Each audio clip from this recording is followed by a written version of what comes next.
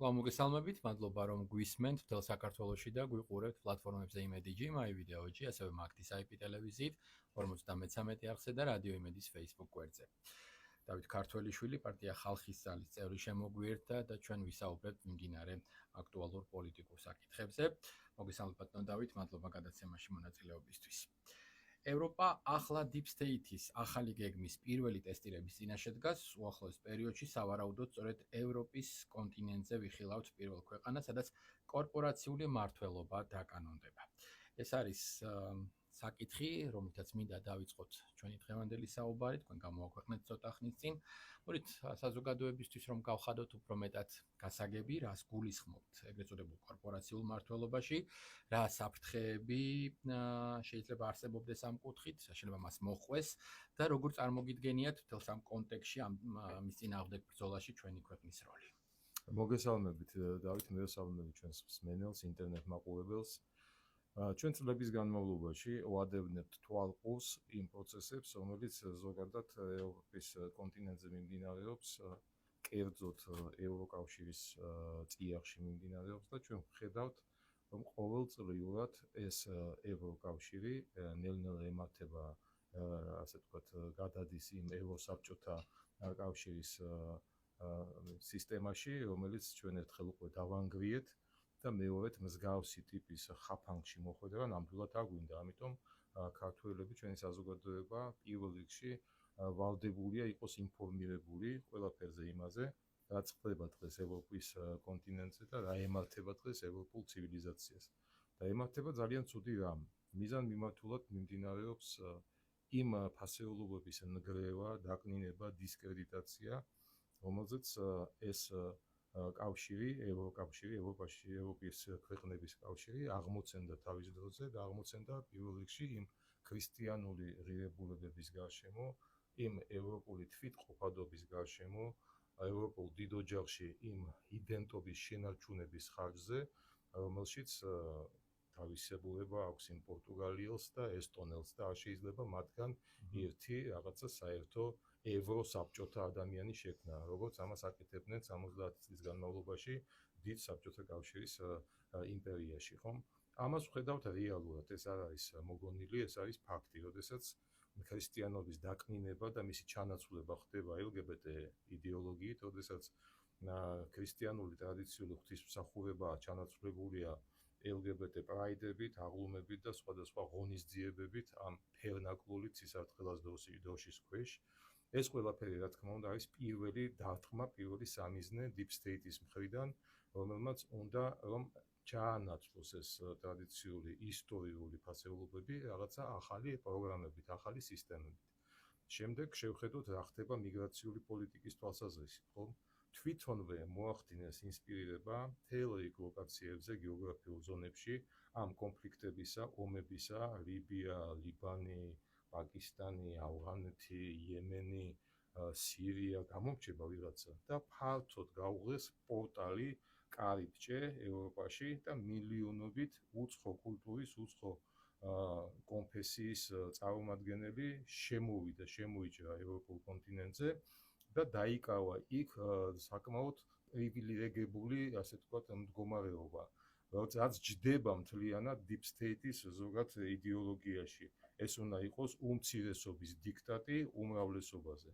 და ამ უმცირესობის დიქტატს ჩვენ წლების განმავლობაში საქართველოშიც ვაწყდებოდით, როდესაც რატომღაც LGBT თემს უნდა ქონოდა რაღაცა განსაკუთრებული უფლებები და ყველაზე დაკნინებული და ყველაზე შეურაცხყოფილი ფენა იყო საქართველოში ის თემი, რაცაც მართლმადიდებელი ადამიანი ქვია. ესეა.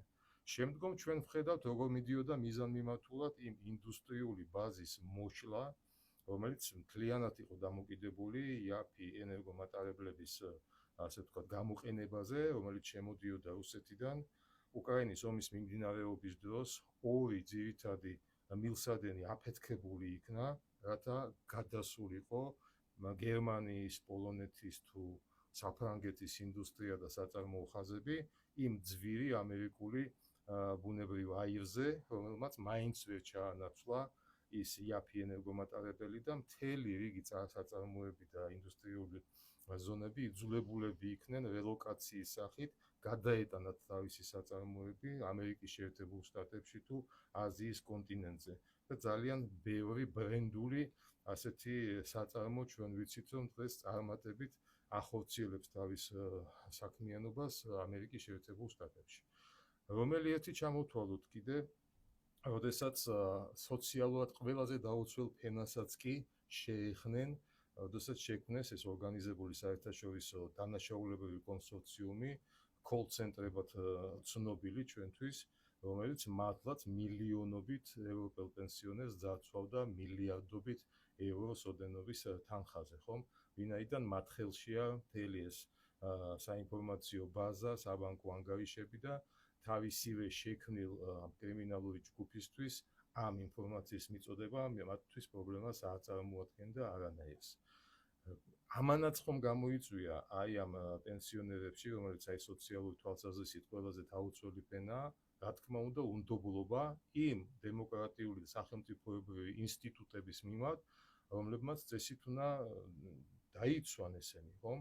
ვერ იცავენ დღეს ვერც პენსიონერებს, ვერ იცავენ საკუთარ საზოგადოებას, ვერც კრიმინალისგან, რომელიც აღმოცენდა აი ამ მიგრაციული უმართავი პროცესების ფონზე.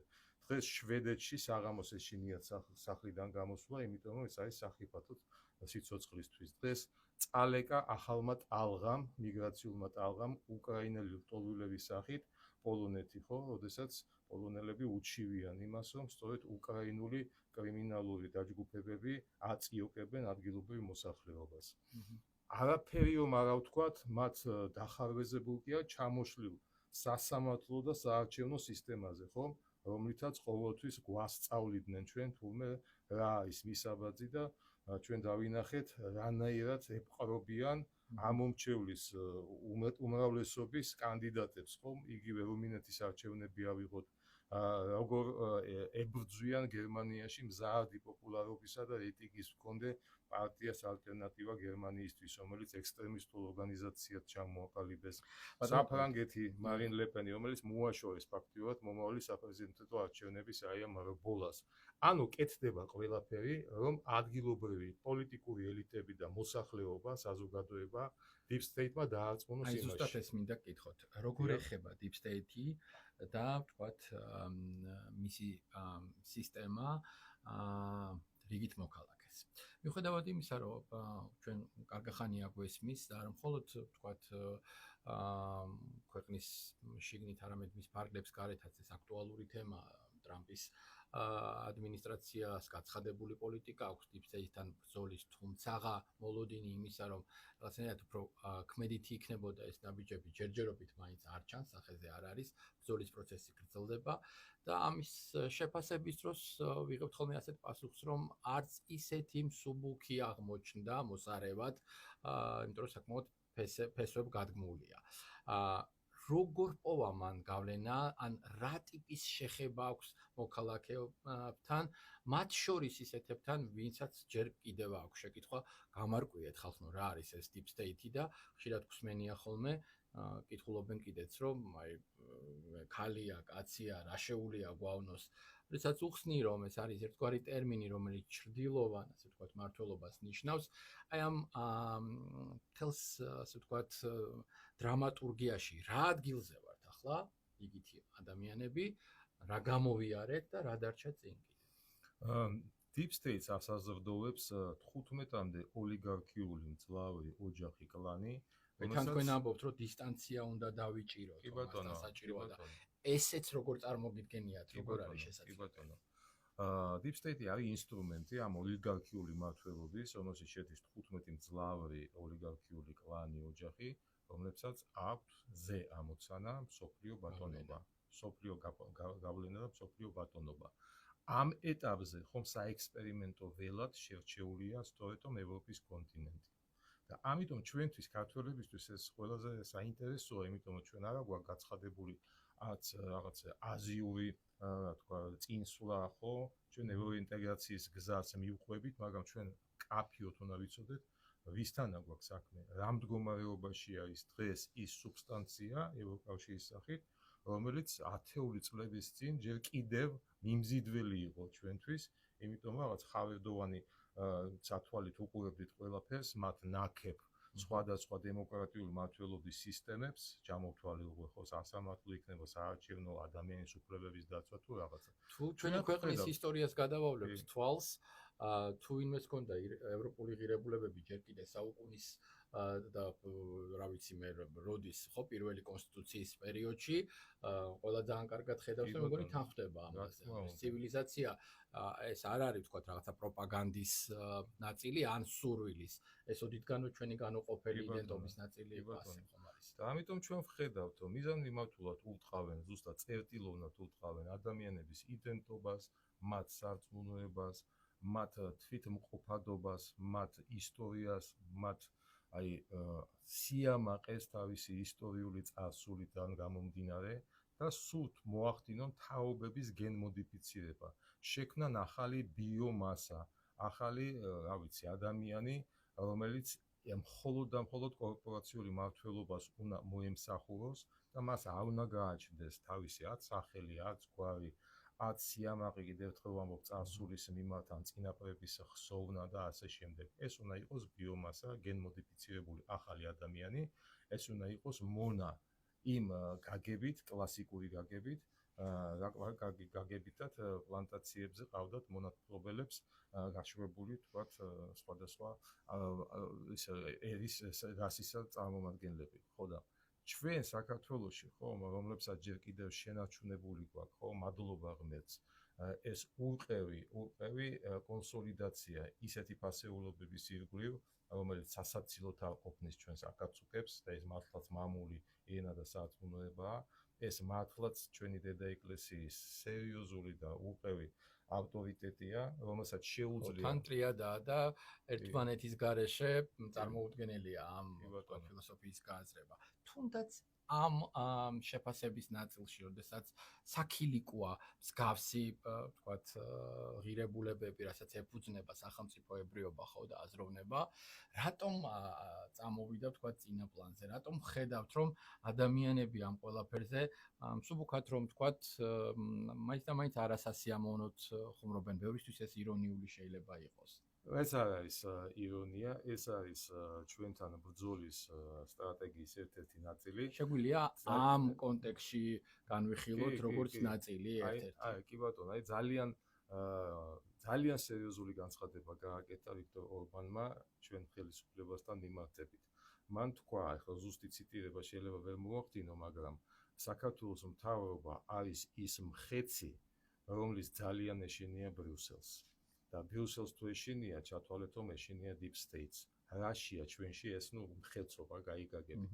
იმიტომ რომ ჩვენ მართლა ლომებივით, ვეფხვევივით, რა ვიცი, რა მხეცი იგულისხმება, ვიცი ვიქტორ ორბანმა, მაგრამ ჩვენ ვიცავთ ზუსტად იმ ფასეულობებს, რომელიც თითქმის ჩამოშლილია ევროპის კონტინენტზე და ჩვენთან ხომ ვერ ეხებიან ბოლომდე და ჩვენთან ამის ჩამოშლა არ ხდება და რას წარმოუადგენთ ხო deep state-ისთვის ჩვენ ვართ პატარა, ძალიან საკმაოდ პატარა და მათ თვალში სუსტი ქვეყანა 3,700,000 მოსახლეობით, რომელიც ვაძლევთ მაგალითს იმისა, რომ deep state-თან გამკლავება შესაძლებელია, რომ იდენტობის შენარჩუნება შესაძლებელია, რომ ტრადიციების დაცვა და ჩვენი ფასეულობების გარშემო კონსოლიდაცია შესაძლებელია, თუნდაც 17 მაისი იყო მესამე წელს, რომელიც ტარდება პატრიარქის ლოცვა კუთხევით, ამის ყველაზე მაგარი მაგალითია, როდესაც ყოველგვარი ორგანიზაციის, ყოველგვარი რაღაც ადმინისტრაციული ჩარევის გარეშე მილიონამდე ადამიანი გამოდის ზუსტად ამ ფასეულობების დასაცავად,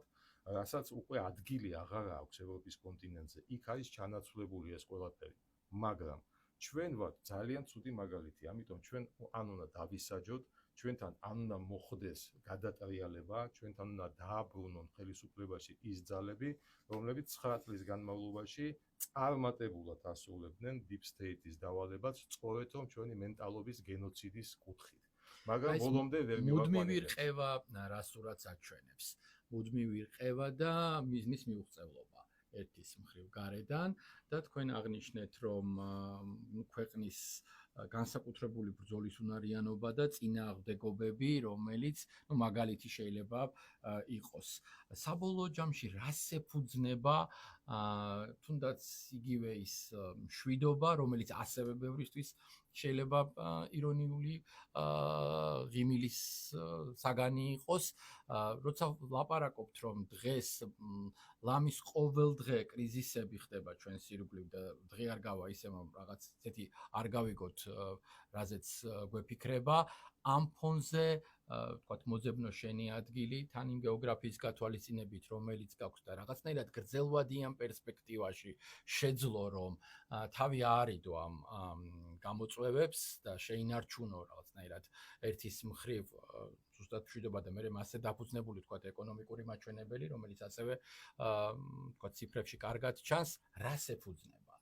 ეფუძნება სინერგიას, რომელიც დღევანდელმა ჩვენმა ხელისუფლებმა დაამყარა იმ ზეციურ ძალებთან, რომლებიც 3000 წლოვანი სახელმწიფოებრიობის ისტორიის განმავლობაში ჩვენი ძირითადი მფარველი იყო.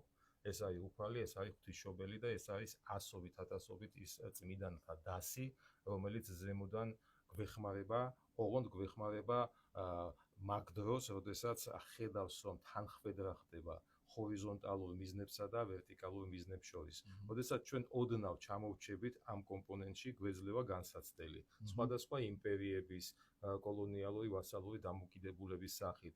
გავძლიერდებით ქრისტეში, ჩვენ ყოველთვის ვამაწყებთ იმ იმპერიას და ძალიან ბევრი მათგანი ჩვენ გავუშვით ისტორიის რაღაცა არქივებში, ხომ? და აღარავის აღარ ახსოვს ისინი, მაგრამ ჩვენ მაინც ვართ და ჩვენ მაინც ვიქნებით. ეხლა არის ზუსტად პოლიტიკურ კონტექსტში განგვიმარტეთ თუ შეიძლება ეს ფილოსოფია, ანუ როგორ მუშაობს, როგორ მოქმედებს ერთის მხრივ აიცილოს საფრთხე, მეორეს მხრივ დაგეგმოს სტრატეგია, როგორ გაივლი ამ საცალფეხო გზას. აი თქვენ წარმოიდგინეთ, ხელისუფლების მხრიდან ადგილი არ აქვს ბრძოლას ეკლესიასთან, ადგილი არ აქვს ბრძოლას ჩვენს ტრადიციულ ფასეულობებთან, არაერთი კანონი იქნა მიღებული, რომელიც ზუსტად რომ იცავს ამ ოჯახური ფასეულობების სიმტკიცეს, რომელიც ებრძვის იმ LGBT პროპაგანდას, რომელიც არის დამღუპველი ჩვენი ტრადიციულობისთვის და ჩვენი ოჯახური ფასეულობებისთვის, ხომ?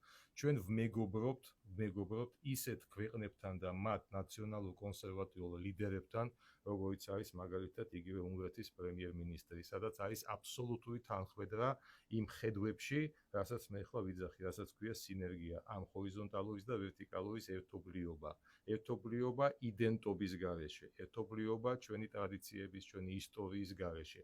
და როდესაც შენ ამას იცავ, მაშინ შენ ხდები ძალიან საინტერესო და მიმზიდველი ისეთი ცივილიზაციებისთვის და ისეთი ქვეყნებისთვის, მე მინდა ახლა ჩინეთი მოვიყვანო, რომელიც აბსოლუტურად იმავე პლატფორმაზე დგას, მიუხედავად იმისა, რომ რაოდენობით მოსახლეობის და ტერიტორიაც შენზე უამრავჯერ დიდია, მაგრამ ეს არის ჩინეთი, რომელსაც გააჩნია ასევე თავისი თვითმყოფადობა, თავისი იდენტობა, თავისი კულტურა, თავისი რელიგია და მას თავში არ მოუვა რომელიმე თავისი პარტნიორი, რაოდენ პატარა არ მოეჩვენოს მას ხომ ზომებში, გეოგრაფიულად, რომ ჩაერიოს მის აი ამ იდენტობის მოშლაში და მთელი თავისი ძალისხმევა მისი ტრადიციებისა და ფასეულობების წინააღმდეგ წარმართოს. ამიტომ ასეთ ცივილიზაციებთან, ხომ, რომლის უკან დგას ეკონომიკა, რომლის უკან დგას ჩვენი კეთილდღეობა, სტაბილურობა, რა თქმა უნდა, ჩვენი ურთიერთობები უფრო უნდა გაძლიერდეს და გამყარდეს. კი ბატონო. ერთ საინტერესო თემას მინდა შევეხოთ, ასევე თქვენი ხედვა ევროკავშირის მომავალზე დაფუძნებულ იდეაზე ალტერნატიული ხედვა და ამ საკითხზე მინდა გკითხოთ. ვრცელ ანალიზში მიმოიხილეთ ევროპასთან და მის პოლიტიკურ მომავალთან დაკავშირებით გამოთქმული სხვადასხვა მოსაზრება. აქ საუბარი იყო ევროპაში სუვერენიტეტის, ეროვნული იდენტობისა და ქრისტიანული ფასეულობების დაბრუნების შესახებ. პრინციპი რაღაც დოზით თქვენ უკვე ისაუბრეთ ამაზე. რამდენად მნიშვნელოვანია გადაარჩინო თვითმყოფადობა და თან იყო ამ საუკუნეში, ამ ეპოქაში ერთიანი ორგანიზმის ნაწილი და რაც უფრო ვთქვათ ეს გამორჩეული ნიშა გექნება, ალბათ მიმზიდველი უფრო აღმოჩნდები, ხო? ვთქვათ, ჩვენი ბევრი ღირსებით და თვისებით. რა არის ეს ალტერნატიული ხედვა? კიდევ უფრო მეტად რო გითხრათ და როგორ წარმოგიდგენიათ, რომ ის შეიძლება რეალისტური იყოს? ჩვენ ვხედავთ ძალიან საინტერესო პროცესებს. არ შეიძლება იმის თქმა, რომ deep state-მა მოაქცია მთლიანობაში მთელი ევროპის კონტინენტი და მათ შორის დიდი ბრიტანეთიც აი თავისი იმ ზეგავლენის ქვეშ, რომლის უკან დგას აი ამ დემოკრატიული მმართველობის სისტემის ჩანაცვლება კორპორატიული მმართველობით. იმიტომ რომ იქ ნამდვილად აი ამ ყველაფრის ფონზე აღმოჩნდა საზოგადოების სერიოზული სეგმენტი და პოლიტიკური ძალები, რომლებიც ხედავენ, რომ ჩვენ ეხლა ხმათ არ ავიმაღლებთ, ხვალ მართლა გვიანი იქნება. შეიძლება დღესაც გვიანია, მაგრამ ყოველ შემთხვევაში წელს ჩატარდა დიდ ბრიტანეთში ძალიან საინტერესო ადგილობრივი თვითმმართველობის არჩევნები, სადაც რეფორმატორებმა დაამარცხეს ის ტრადიციული პარტიები, ლეიბორისტები და კონსერვატორები, დაამარცხეს და მზარდი რეიტინგი აქვთ იმისთვის, რომ მომავალ საპარლამენტო არჩევნებში პრეტენზია აქვთ, რომ მოვიდნენ ზუსტად რომ უმრავლესობით. ეს არის ის პარტია, რომელსაც აქვს ძალიან მკვეთრი მიდგომა საიმიგრაციო პოლიტიკასთან დაკავშირებით. ეს არის პოლონეთი, სადაც მიუხედავად სხვადასხვა წინააღმდეგობისა, გაიმარჯვა ევროსკეპტიციზმის მატარებელმა პრეზიდენტმა, რომელსაც აქვს მკვეთრი თავისი შეხედულება, რა გადაარჩენს პოლონეთს და ეს არის ტრადიცია, ეს არის სარწმუნოება, ეს არის ოჯახური ფასეულობები. ჩვენ ვხედავთ, რა ზეწოლის და წნეხის ქვეშ არის უნგრეთი და მისი პრემიერ-მინისტრი. ჩვენ ვხედავთ, რომ სლოვაკეთში ფიზიკური განადგურების რას ქონა ადგილი პრემიერ-მინისტრის, რომელიც ასევე იზიარებს ზუსტად იმ ნარატივს და იმ პოლიტიკას, რა პოლიტიკურ შეხედულებებზე დღეს საქართველოს და მისი ხელისუფლება არის. ამ პატარა მზარდი, ასე ვთქვათ, პროცესების მომსწრენი ჩვენ ვიქნებით მომავალშიც, იმიტომ ძალიან საინტერესო არჩევნების წინაშეა ესა თუ ის ევროპული ქვეყანა და ნელ-ნელა მე დიდი იმედი მაქვს, რომ 2029 წელს თუ არ ვწდები, როდესაც ჩამოყალიბდება ევროპარლამენტის ახალი შემადგენლობა, იქ ზუსტად რომ კონსერვატიული და ტრადიციული ძალები ჩაანაცვლებენ იმ ფსევდოლიბერალურ ძალებს, რომლებიც არიან მონები deep state-ის, არიან თავისი აგენტოკრატების ნების შემსრულებელი. და ჩვენი საუბრის ბოლოს მინდა ერთ თემასაც შევეხო, რომელიც აქტუალურია. ჩვენ ხშირად გვესმის, რომ არის თუ არა რეალურად მესამე მსოფლიო ომი ის, რაშიც გვიწევს ყოველდღიურობის გატარება, თავისი ვთქვათ პროცესებით, რომელიც ვითარდება რა ვიცი ყველა მიმართულებით. თქვენც კი, როდესაც შეგეკითხეთ, როგორ გრძნობთ თავს მეთქი, 24-ზე შეერთებული ვარო, ანუ ყოველდღიურობს და არც სასურველია მაინც და მაინც ამ მდგომარეობაში ყოფნა.